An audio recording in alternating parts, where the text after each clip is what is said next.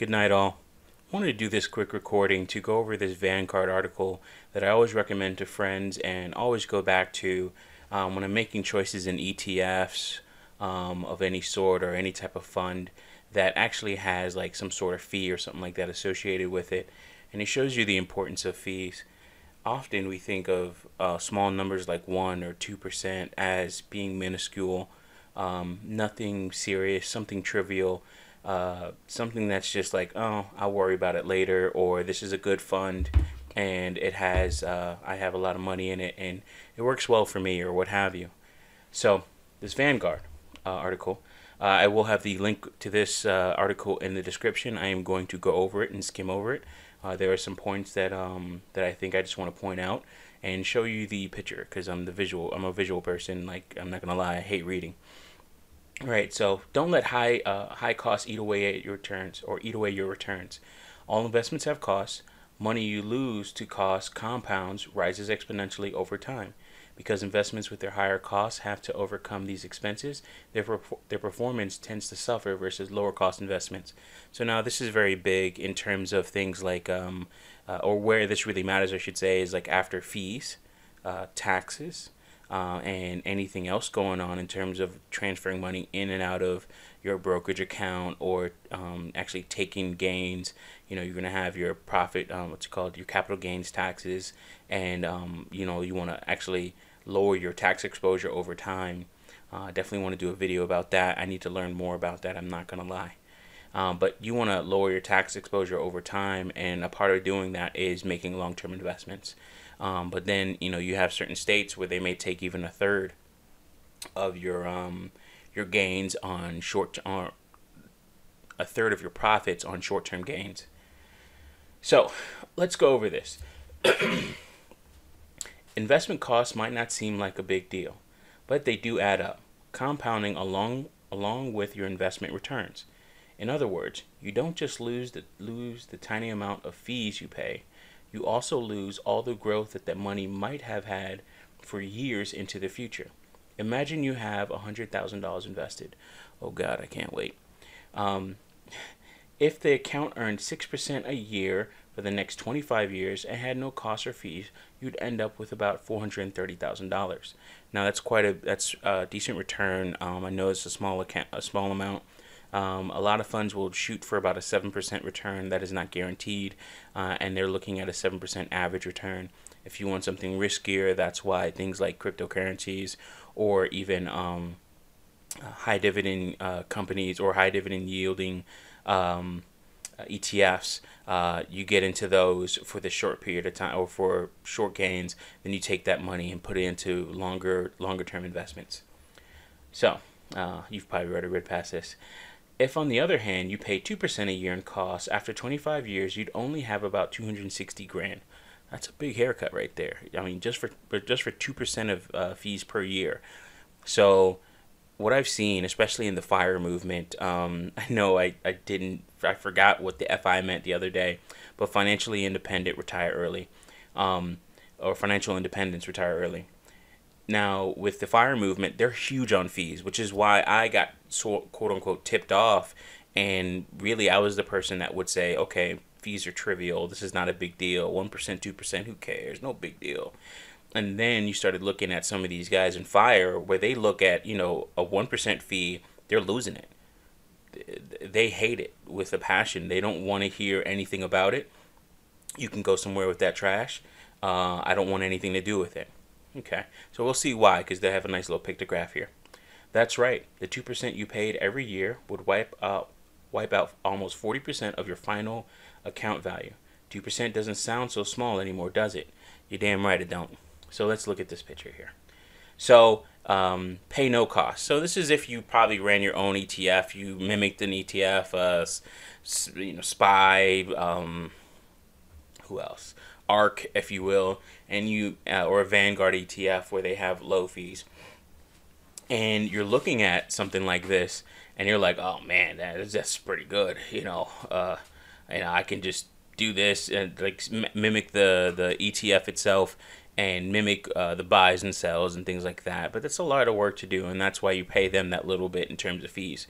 Vanguard was one of the companies that pioneered, or should I say, they led the charge when it came to low fees on investment account or on ETFs. They pretty much saw it and said, "Hey, listen, this is a way that we can actually possibly get more money, but also actually return a have a better return for our investors over time. We can essentially make them more money, and that way they can invest more with us over time as well and trust us with their money." But we see in this pictograph here, or this bar chart here, if you paid no cost, I mean, you're looking at 330 grand in earnings, but 2% fees takes about, as it said, 40% away from you. 170 grand in fees over a 25-year period. Now that 160 grand plus the 100 grand, the 100 grand initial investment, you're looking at 260 grand. Now, is that a lot of money to retire off of, especially if you're probably still paying for a house, maybe? You definitely want to be paid off before that happens. But we live in a gig economy. At any point in time, we can lose our jobs. We can stop driving Uber, and something could happen to us. So that this actually is happening to quite a few people now. And sadly, this is why you see that old person as a Walmart greeter. And, a lot of people will say things like, "I don't want to grow up to be a Walmart greeter." And sadly, it happens. So, let's continue on. We'll read this blurb. The hypothetical illustration doesn't represent any particular investment, nor does it account for inflation. What you lose to cost represents both the amount paid in expenses as well as the opportunity cost. The amount you lose because the cost you paid are no longer invested. There may be other material differences between investments and investment products that must be considered prior to investing. Numbers are rounded. So now, if we go a little bit deeper into this, or try to explain a little bit more of what they're talking about here, you're going to have other costs that go along with that. Also, you might have diminished returns, or you might have a lower actual average return. You might actually only return 4%. I mean, 6% is pretty nice. A lot of not hedge funds, but a lot of pension plans. A lot of pension plans actually try to shoot for a 7% return. A 7% return actually is kind of like somewhat semi-standard, if you will. I hear that number thrown around a lot, so I'll say standard because that's what I've heard. So that is a biased and probably totally wrong. It's probably not a standard. But 7% return is something that you definitely see a lot. Now, for instance, the other day, M1 Finance sent a notice to me about custodial accounts, and they were talking about, an 8% return, things like that. So it's definitely something that you want to look into. So now let's look at ETFs. I use a website, etfdb.com/tool/ETF-comparison. I'll have a link to this in the description, but I wanted to say that anyway because I think my voice sounds nice. So VO, that's too many O's. So that's Vanguard's S&P 500 ETF. And then we'll look at SPY. I think that's it. Might be D. SPYD. All right, cool. So Spider S&P 500 and Vanguard S&P 500. Now, if we look at SPY versus VOO, understand these ETFs are different. They have different holdings. They have different weighting of those holdings, but they try to mimic one another. Also, one thing you can't do, you can't actually have up to the minute information about what an ETF is doing. You only see this usually in annual, quarterly or annual filings of what they sold in and out of, so that you can actually make those changes. But as they happen, you really don't see it. So that's why everyone has their own fund, like a TD Ameritrade or what's it called? TD Bank Ameritrade. What was the other one? Any other financial institution, they may actually have their own S&P 500 ETF. Now, with that, they actually have different amounts. So, average amount per month. This is the amount of money and volume that they're actually moving. But if you're looking at this, the important thing is the expense ratio here. So you got a 0.09 expense ratio for this one. Well, that's fairly expensive. For Vanguard, I can get it for a third of that cost. But is Vanguard actually matching in terms of the buys and sells? We might actually be doing a little bit better with this over time. This is a great tool, by the way. On this website, if you go to etfdb.com, click on the tools option at the top, and then go over to, where is it? There we go, head-to-head ETF comparison tool. From there, you'll get to you'll get to the page where we were previously, and you can just put in the ticker symbol for that ETF, and you'll see a little bit more about it. Now, with that ETF, you can go with that ETF. You can actually, where is it? Issuer Vanguard.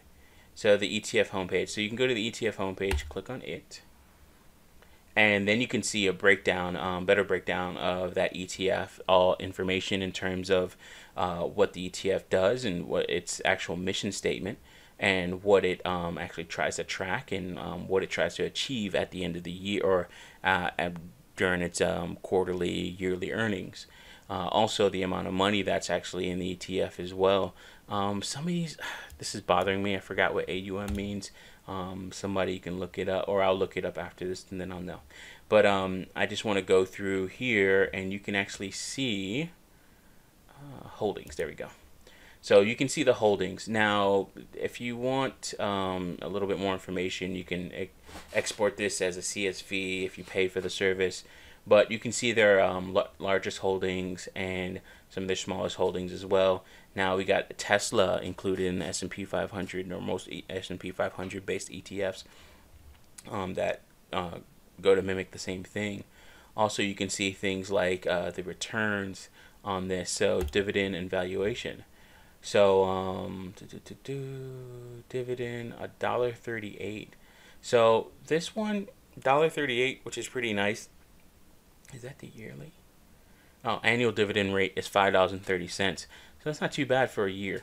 AT&T pays about $2, but also the value of AT&T is a lot less. We're looking at, I think last time I looked at AT&T, or T, ticker symbol $T, or just T. Last time I looked at it, it was, I think it was like $28 or so.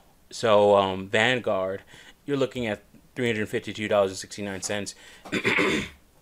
You can almost do a comparison calculation in terms of you know, what yields a higher amount. So if you get a higher volume of AT&T versus Vanguard or something like that, you know, we can actually do a calculation real quick.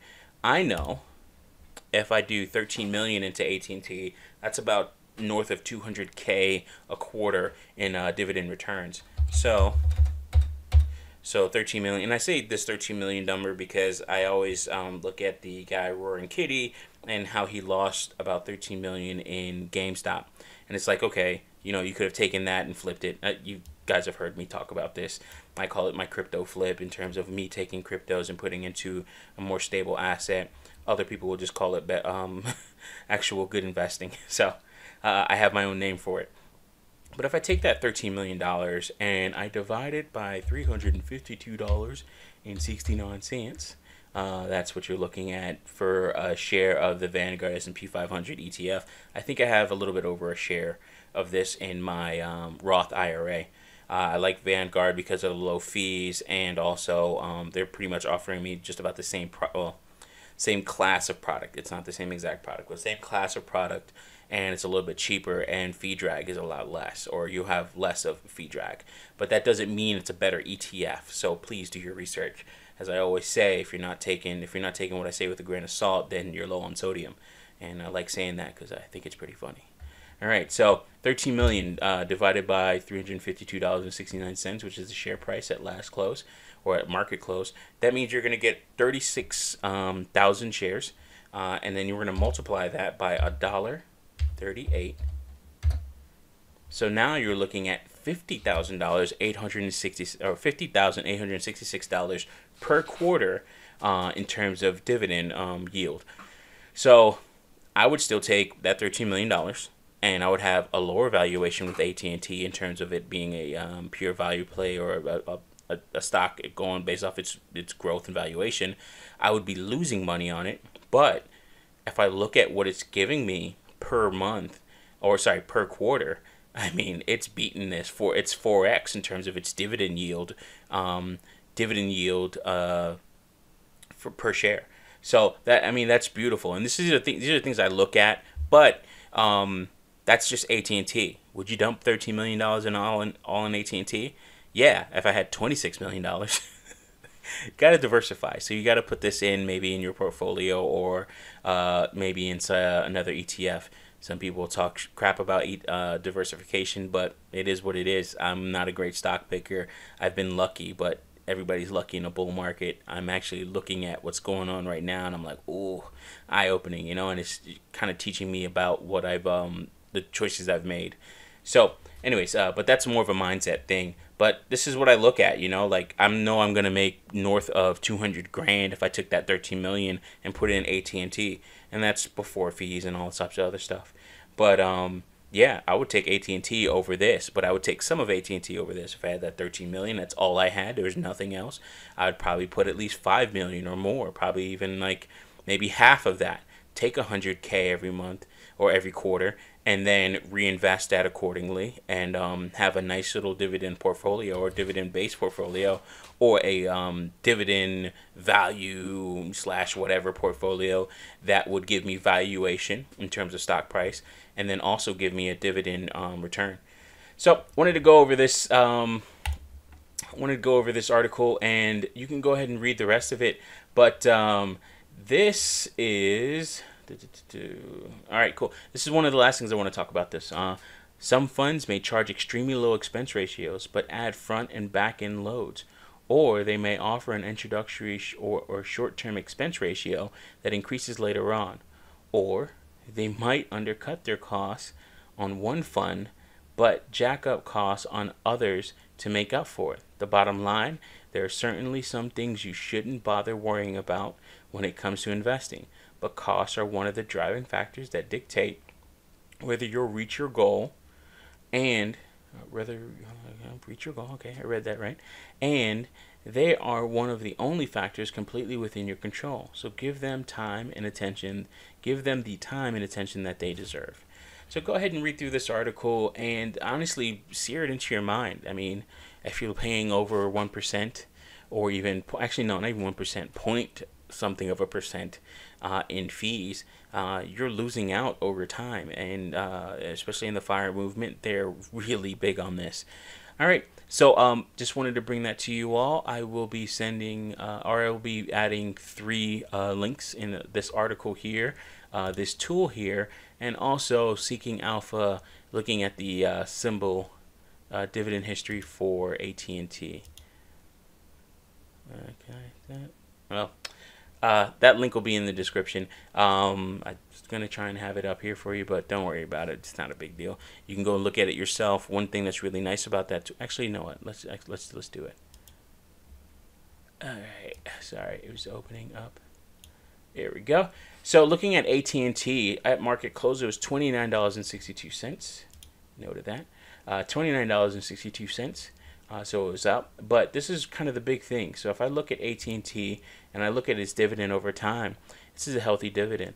This is something that's gone up over time, and with you buying more and more of their stock over time, probably even matching inflation and other things like that and other factors, I won't say it's the best dividend out there in terms of return or anything like that, but it's one of the better ones in terms of its dividend, and it's definitely something that everyone that I hear in the FIRE movement, or anyone that's doing dividend growth investing, I found out about this site and this tool from Joseph Carlson show. I definitely say you should go ahead and subscribe to his channel, and look more into his Patreon and his weekly. I think he makes like weekly videos, but I always listen out for him and everything like that. Some of the things I don't agree on, or some of the things I'm like, damn, this dude is super optimistic. That's probably what I don't agree on, but at the same time, he's right. So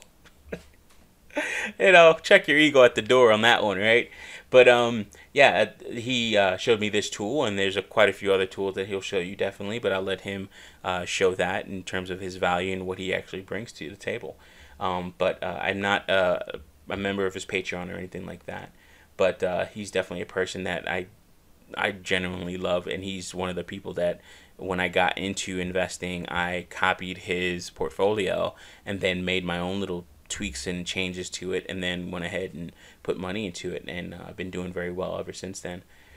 So with this tool, you can see the dividend history for, just about any stock. There are some other tools that they allow and a little bit more data that they allow as well. But you're definitely going to have to pay for that using Seeking Alpha. And then, of course, they have articles. Some people talk crap about their articles. I really don't read them because I don't like to read. But I do watch a lot of YouTube videos of people that do read them. So I guess that'll work. All right. As always, thanks for listening, and I hope this helps. As always, as like I like to say, if you're not taking what I say with a grain of salt, you're low on sodium. Also, there will be a link in the description to Artisan MC. He's trying to save the comic book store that he loves so much, and he's actually trying to support that, or he's actually trying to get support from that through GoFundMe. As a black man doing black business and trying to save something that he loves, that he feels it would be great for the community and for the people around him, in terms of their enjoyment or getting enjoyment out of it. I mean, a lot of people talk about their childhood and the comic books that they read, and how that kind of quote unquote changed their life. And I think he's providing a place that, people can actually do that even in this day and age. There's some things that you just still want to touch. Some stores you still want to go in and have a feel, like the smell, the touch of records, if you're into records, and the whole feel of being in a comic book store maybe for hours and the store owner chasing you out, whatever your memories are that you have. And he's trying to save that, a bit of nostalgia, if you will. I hope he actually does things to improve the business and bring it into the modern age. But definitely, I think it's something that can actually, be a part of the next generation. Alrighty, as always, thanks for listening. Peace.